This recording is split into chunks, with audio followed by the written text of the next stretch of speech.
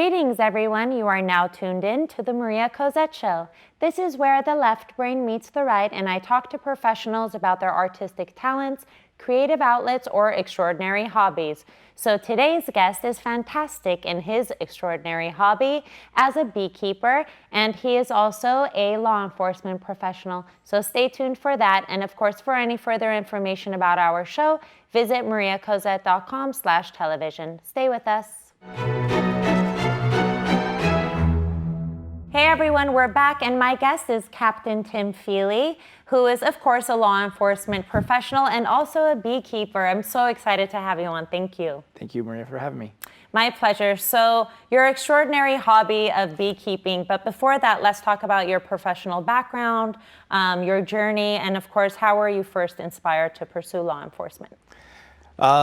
So I've been a police officer for almost 26 years now. I think I probably was interested because my dad was a police officer, and then he became a lawyer that defends police officers. Wow. Okay. And so I was around that for a lot of my life. And it's been an awesome job. I would do it again in a second.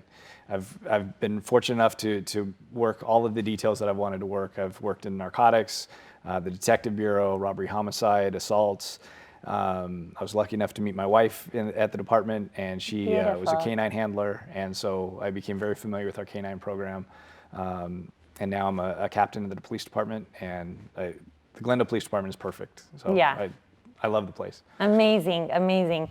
And so now let's talk about beekeeping. So I think this is incredible. Let's first talk about your initial interest in bees. How did that come about? I think for a while I'd been interested in bees. I saw the decline in the bees and became interested in reading about them and what they were all about. And then it was actually a trip we went on. It was for our 10-year anniversary. We went to an island called Rarotonga. It's one of the Cook Islands. And when we were there, we ended up making friends with the people that we were renting the house from. And the man he's a farmer, and he grows herbs for all the restaurants, and he keeps bees. Okay. So during the vacation, I kept bugging him every day, hey, can I go out and see your bees? And at first he thought I was a little crazy, and he's like, yeah, whatever. And then, a couple of days later, he's like, if you really want to, I'll take you out there. And I was like, yeah, I really want to see it. And he was great. He showed me how he makes the frames for the beehives. Right. He told me all about it before we went out there. Talked about the smoke, the reason you use smoke on the bees to calm them down, and then eventually took us out to the beehives that he keeps out there, and it was a great experience. We harvested a couple of frames of honey, took them back to their house, we scraped it off, so we had honey, and it was so cool. It was an incredible experience, and the family was so nice. The Wigmore family out in Rarotonga, and they were great hosts, but also great teachers to us, and we've actually became friends over the last few years now. So speaking of teaching, were there lessons that you had to take to develop, your passion into this hobby? So luckily our friend Robert in Rarotonga was great about keeping in touch with me online. He gave me a lot of examples of things to do. But then when we came back here, we went to a place out in the valley where we were able to get our bees, and they have lessons from start to finish. So you learn about the bee equipment, the clothes you wear, all the tools you're supposed to use, right. The bees, what they do, why they do it, and kind of take you through step by step. So we were able to learn as we went. Oh, I see. Okay. And so how many bees do you keep? So we have one hive. A hive consists of about 60,000 bees. Wow. So right now we don't have that many bees. We started our beekeeping back in 2017. Okay. And we keep our bees in Glendale in back of my dad's house, who backs up against the hills. Anyway, the reason I say that, there was a fire, the Latuna fire. Right. And so as it came over the hills, bees take off when they smell smoke. And so we went up to check on the bees, and the bees had evacuated their house. Oh, no. They had taken off. We had checked on them the day before, they were there. And then after the fires had started, they took off. So we just started our bees up again, and we got it's called a nucleus of bees, and you get 5 frames with the bees and the queen, and then you start your hive with that. I see. Okay. So you said the queen. I must ask you, what have you noticed about their relationships with one another as far as the queen and then just the organization itself and all the bees? How do they interact with one another? It's fascinating. The social structure that they have is amazing. The queen runs the whole place. She she spends all of her time laying eggs all day long. She'll lay up to 1,500 eggs in a day, and but she's cared for by the rest of the bees. So the bees are constantly taking care of her, cleaning her, feeding her, and doting over her throughout the day. Wow. So she has her entourage as she goes through the hive laying the eggs. And the hive is comprised of basically 3 kinds of bees. The queen is one, the worker bees, which are all female bees, and then the drones, which are the male bees. The drone's only purpose is to go out and spread the genes of that hive. Right. After that, they're actually kicked out of the hive in the wintertime. So right around November-ish, there's a signal put out by the queen, and the males are all killed and driven out of the hive. That is It's so very interesting. barbaric in our terms, but works great Yeah. for the bees. Yeah, and are they typically aggressive, when you're approaching them? Are they, because they're known as, I guess, being aggressive, but maybe not necessarily true, or what have you found in your experience? Right, yeah, people do have a misconception that bees are very aggressive. They can be if there is a reason for them to be, but these bees are very tame, I guess I could say. The bees that most beekeepers keep in this area are Italian bees. So they're actually bred, and those are the bees that we use. It's known as a little more docile type of bee. So as long as you approach calm, we also wear our bee suits are all white. As long as it's a lighter color, they don't become aggressive. If you wear darker clothes, they will become a little more aggressive because they think it's a predator. Right. But no, they've been very calm. We lift up when you open up the hive, you use smoke. So smoke is actually something that we use as a tool to, and what it does is it causes the bees to go into the hive. They think a fire is coming, and so they go into the hive, they start filling their bellies up with honey and getting ready to evacuate, like unfortunately we had happen. But when that happens, that allows us to work on the hive. They're inside doing their busy work, and we can do our work up above. So is that timed? Like, do you have to be quick and kind of efficient with what you're doing? You do. You want to have a plan Right. when you open the hive up. You don't want to spend too much time. It is their home. You're taking it apart. You also want to be really careful. There's one queen, and so you don't want to squish her. Right. And so you have to be very careful when you lift up the frames and examine it and make sure your hive is healthy. But you want to have a plan. You want to get in there, do it, and then close it back up and let them go about their work. Right. So I have to ask you about the waggle dance and all these other like different body language that they have. What do they mean, and have you seen it happen? Like, what does it look like? Because I was looking up pictures. I was very excited to interview you, by the way, because this is so fascinating.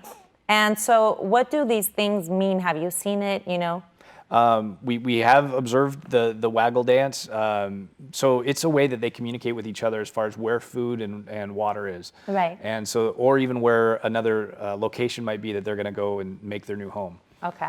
But it's amazing because bees, a lot of people think they'll just go to the garden that's in front of them. Bees will usually travel anywhere from 2 to 3 miles away, 2 to 5 miles away for their food. So every day they're taking off and they're going up to 2 to 5 miles away to look for their Really? food. Okay. So when they find it, they want to tell the rest of the hive where it is. And so they come back, they do their little dance. It's usually in circles or in a figure 8. And the number of times they do it in usually indicates how far it is. But they're amazing creatures in that this little dance tells them in a 3D world where they can go miles and miles away to find the perfect flower. Yeah, that is amazing. So let's talk about maintaining the hive and the harvesting process. Okay.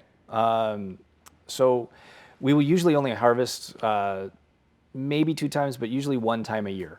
The honey that they produce is for them. That's their food. So you don't want to take too much of it. You want to have a healthy hive. So we usually are able to harvest just a little bit as we go.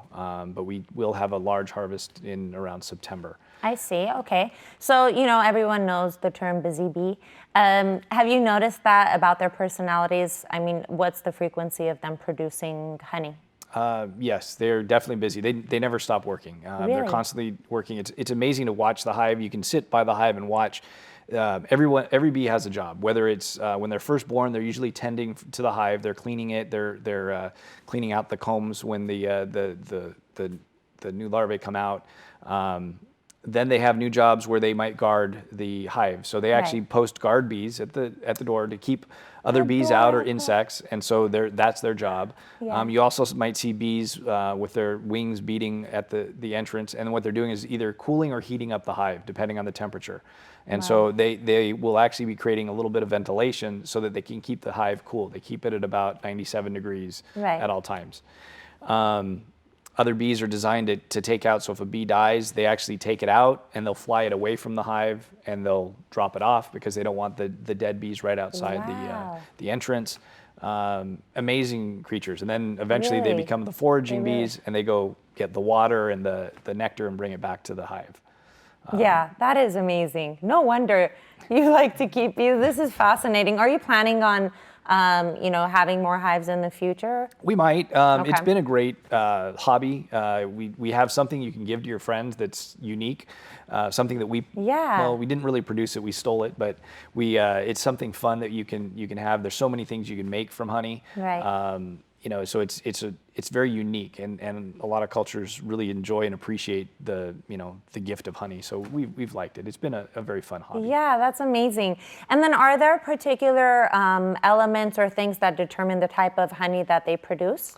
There are. So where we keep our bees, there's no orchards or particular fields around us. So it would be considered wildflower honey. Okay. Because it's everything. There might be eucalyptus trees, there might be orange trees, there might be just regular flowers, and so it's going to have a different flavor. Right. Some beekeepers will keep their bees just at an orchard, and so you might have orange blossom honey or avocado honey. I see. It doesn't actually taste like avocado, but it will have a very distinct flavor from the nectar that they get.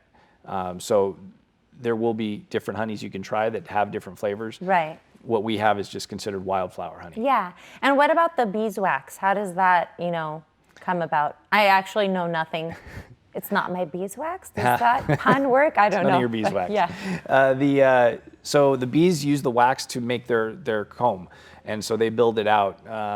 It actually, if I have the trivia right, I want to say it takes 8 pounds of honey. A bee will need to consume 8 pounds of honey in order to produce 1 pound of wax. Wow, okay. So it's an amazing amount of work to produce that. Right. So you can do a lot of things with beeswax. People make lip balms with it. They make candles with it. We've tried to make some candles with it.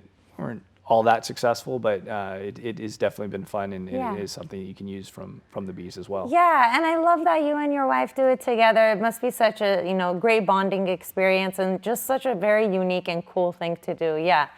And so I ask this question of all my guests. Why do you think it's important for professionals to have a hobby? I think it's a great outlet. I think it's something that diversifies your brain a little bit. For us in law enforcement, I think it's really important because we have a very unique job. It's, as I mentioned earlier in the show, it's the best job in the world. I would do it in a second, but we see the world in a different way. And sometimes you see some really bad things. And this is a neat way of kind of decompressing. It's almost a meditative type hobby. You can watch these bees, you have to pay attention to what you're doing, so you're focused on something else. And it's also, it's a great way of giving. A lot of people in law enforcement, we got into this profession because we wanted to make a difference. And so that's kind of what we're doing with beekeeping. We're making a difference in their little lives, but then we have a neat little gift that we can give people, and usually everyone appreciates getting some honey. Yeah. So it's been a great hobby, a great distraction from some of the things we experience. It's a beautiful thing. Thank you so much for coming on the show and sharing this with us. Thank you very much for having me. Thank you. Stay with us. More of the Maria Cozette Show.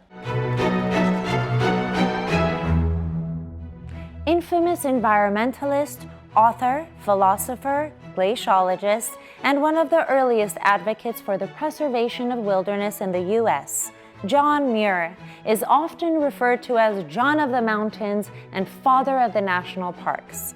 His activism has helped to preserve the Yosemite Valley, Sequoia National Park, as well as many other wilderness areas. His 300 articles and 12 books about the adventures in nature, especially the Sierras, have been read by millions. Muir's biographer, Stephen Holmes, believes that Muir has become one of the patron saints of 20th century American environmental activity. He has become almost ubiquitous in the modern environmental consciousness. Although he spent the majority of his life in America, he was born in Scotland to a strictly religious family of 8 siblings. At the age of 22, during his first botany lesson, Muir plucked a flower from the tree and used it to explain how the grand locust is a member of the pea family. Many years later, he recollected that this was the source of inspiration for the love and passion that followed to conserve our home, our planet. Upon his initial visit to Yosemite National Park, Muir explained, "I was overwhelmed by the landscape, scrambling down steep cliff faces to get a closer look at the waterfalls, whooping and howling at the vistas, jumping tirelessly from flower to flower." Muir soon became convinced that glaciers had sculpted many of the features of Yosemite Valley and surrounding area. In an attempt to preserve the majestic beauty that is Yosemite, he co-founded the Sierra Club. There are numerous tributes and places named after John Muir in honor of his life well spent protecting Mother Nature. And I quote, "Between every 2 pines, there is a doorway to a new world." It's almost impossible to overstate the importance of pollinators in our ecosystem. If bees disappeared off the face of the earth, man would have just a few years left to live. Yep. Honeybees are known for their production of honey and beeswax, as well as the large role they play in the pollination of plants and flowers. They are considered superorganisms due to their complex social systems and dynamic, tight-knit interactions with one another and their environments. As excellent pollinators, honeybees play a crucial role in agriculture and producing the food that we eat. Bees are, however, in danger of disappearing from our environment. With the expansion of human development, wild bees have been losing their natural habitats as the land transitions into industrial agriculture. So, 10 things to do to save bees. Protect bee habitat. Avoid pesticides. Plant a bee-friendly garden. Plant trees to improve nectar production. Create a bee bath. Start a honeybee hive. Sponsor a hive. Or support your local beekeeper. So, for more information about how to save bees and contribute in some way or another, please visit thehoneybeeconservancy.org. That's a wrap for the Maria Cozette Show. Thank you so much for tuning in. And of course, much love to my guest today, Captain Tim Feeley of the Glendale Police Department. It was such a pleasure to hear about your love and passion for beekeeping. And of course, for any further information about the show, visit mariacozette.com/television. Well, that's about all, folks. I'll see you guys next week. And remember to stay creative. I'm going to buzz off now.